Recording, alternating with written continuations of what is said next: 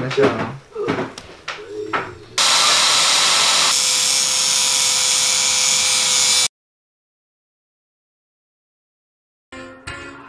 Ice cream, bring that ice, boy. Walk in, know that side, yeah. They can't tell me why. Word, I don't even need no lies. Ayy, got my own little spy. Ayy, look me in my eyes. And yo, hi! Ano naman ang another day? Another day is a very beautiful day. Nakikita nyo naman mga kapoks nyo, medyo malawak-lawak ng nakikita nyo malawak ng ating paningin. Palit na kasi tayo ng mata. Ay, sa wakas, meron tayong bagong mata. Napakalupit, napakalawak. Kita-kita nyo mga bawat edges ng bahay namin. Magulo. Ngayon mga kapoks, papakita ko sa inyo. Hindi, ito na naman ang inyong Ichiboy. Ay, ito na naman ang inyong mga Ichiboy Justin. Ang inyong kapoks.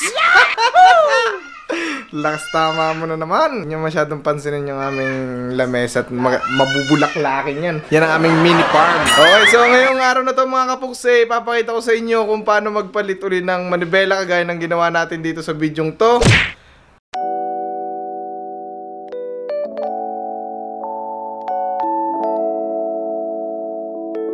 So ayan mga kapoks, ito nga pala yung ating mga kailangan. Yung manibela, yung switch, yung ating buhayan, ayan. Tapos yung throttle, pagpasin niya, putol yung throttle natin. Maraming salamat Roland, ito yung iyong gamit. Kakabit ko na sa akin, sa nasosyan ko Ito yung kakabit ko, ito yung wire niya, putol. Pinutol ko nun nung kinabit ko yung kanya. Tapos kailangan niya lang din ng tubo. Yung mga sa basura, yung mga tinatapong office chair, yung mga ganung upuan, kailangan niya lang nun. Tapos yan, puputulin lang natin yan mamaya. Chap-chapin nyo, ganyan. Hindi ko alam kung anong sukat ito, pero swak na swak yan sa manibela na ating gagawin. Yan, bali yan lang kailangan nyo. Very simple. Papakita ko sa inyo kung paano natin kakabit yan. Siguro naku-curious kayo sa tubong to. Ito yung mga nasa office chair. Ayun nalimot lang namin. Tinanggal lang namin yung upuan, tapos chachapin natin to mga kapoks. Yan ang ating magiging tubo. Yung paglalagyan ng bike stem. Alright. Tapos yan, handle post, kulay blue. Tapos yung handle post nga pala natin, yung stem natin kulay blue. Order natin kulay red, pero blue dumating. Okay lang, okay, kakabit na rin natin yan. Nahanap na yan. Ito nga pala yung aking scooter ating gagawin. Kita-kita nyo mga pasabugin na yan. Kahit yan ay bagyuan, tumatakbo yan. Lodi! Okay, papakita ko lang sa inyo. Quick montage muna ng bago natin siya gawin, okay?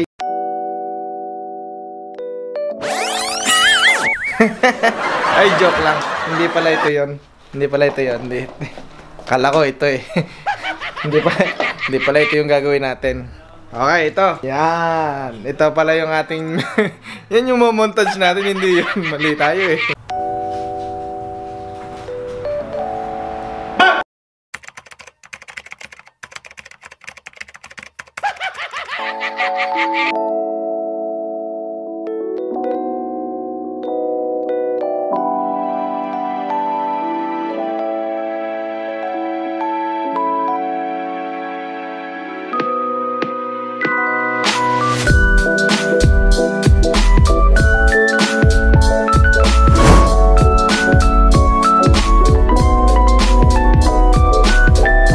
Sticker pa lang, alam na alam nyo na kung ano talaga mga paboritong panoorin. Okay, simulan na natin chap-chapin to mga kapoks.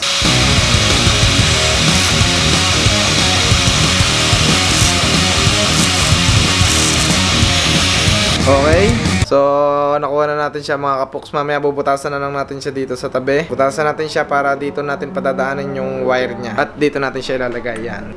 Dito natin siya. Okay, so klasin na natin yung scooter natin.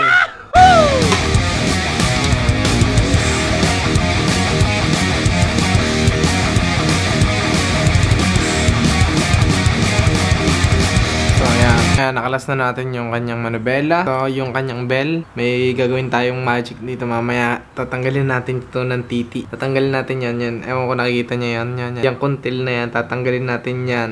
Para maipasok natin siya sa bagong manibela nating ikakabit. Para matutupi pa rin natin yung ating scooter kahit nagpalit na tayo manibela. Okay?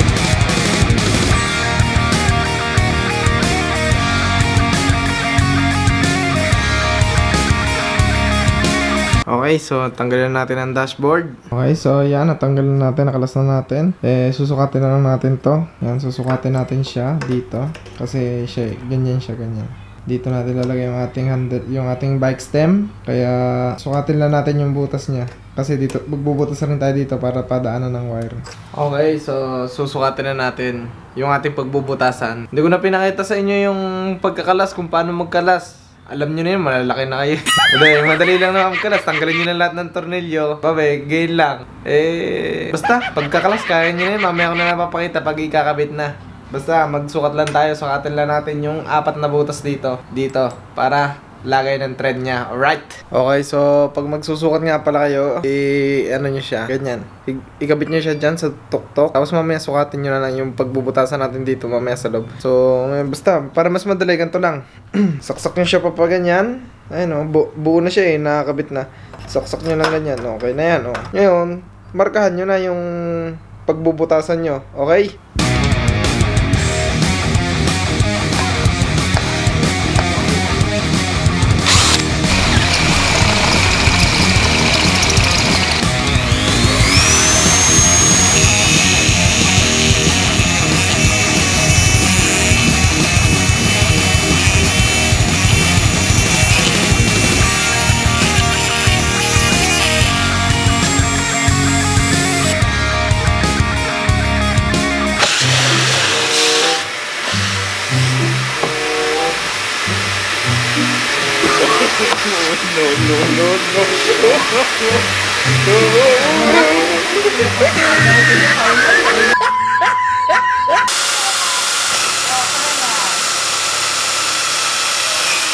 Okay, so may butas na tayo dito. Nagbutas din tayo dito.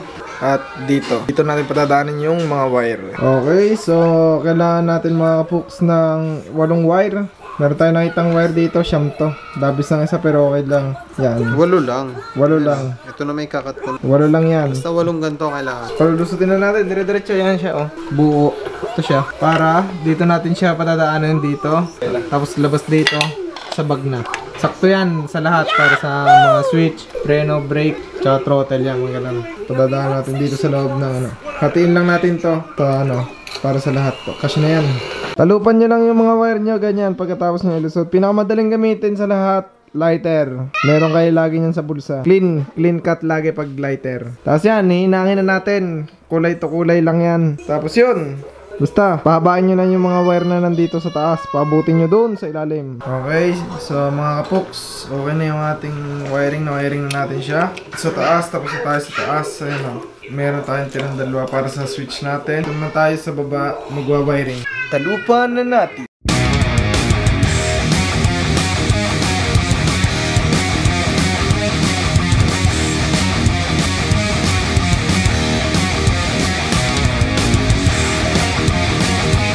So, kailangan nyo din magbutas ng bag. Ito yung bag natin. Bubutasan natin. Pinakamagandang paraan, yung masking tape natin. Kapit natin sa dashboard. Tapos linyahan lang natin. Tapos yan na yung susundan nating pattern. So, ayan. Okay na mga kapuks. Nakabit na natin. No. Okay na. Ayan na siya. Smooth.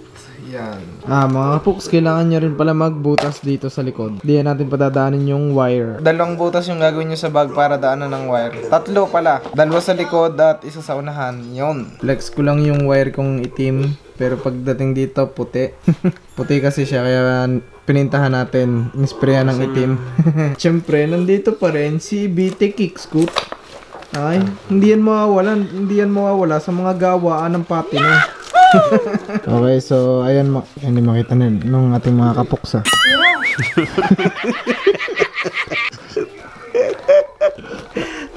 So, teka, maraming so ayan mga kapuksa. Mic check. Layo-layo mo yung panghinang, mainit yan. So ayan mga kapuks, yung ating yellow at orange, nilagay lang natin dito. Ewan ko nakikita nyo, kita nyo ba? Sumagot naman kayo. Hindi naman kayo nasagot. Kita nyo basta di? Yan. Kita nyo na yan. Yan yung ating switch. Ito yan. Yan, dito natin lalagay ang ating switch. So, ay mga kapuks, nakalimutan ko, wala nga pala akong taklob dito.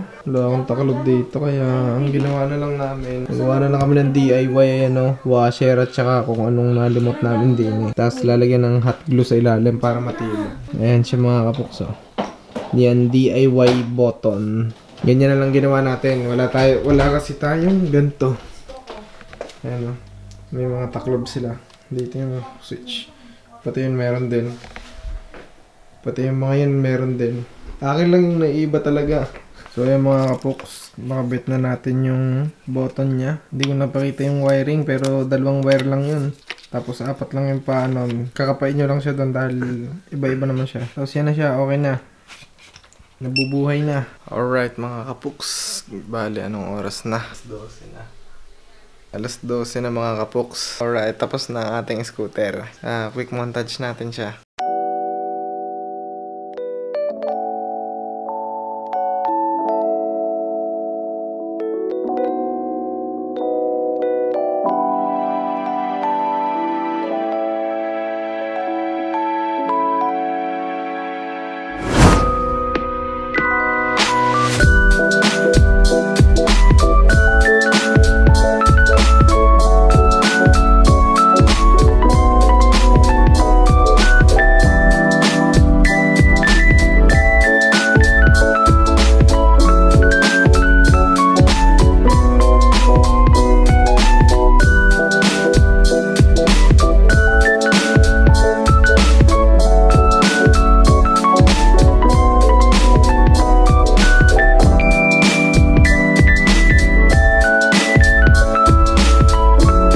Mga kapuks, dito na natin tatapusin ang ating video for today. Kaya huwag niyong kakalimutan mag-like at subscribe. Share nyo na rin minsan, mag-comment din kayo. Tsaka nga pala, shout out sa kay John Adril. Shout out sa you man, sa Milano, sa mga gustong umorder ng Scoot. PM nyo lang yan, di tayo makapag-salta masyado at maingay. Alas 12 na, tulugan na. Ayan si BT Kick Scoot, gising na gising pap.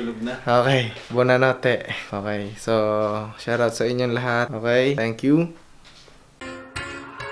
Ice cream, bring that ice, boy. Walk in, know that side, yeah. They can't tell me why. Word, I don't even need no lies. Ayy, got my own little spy.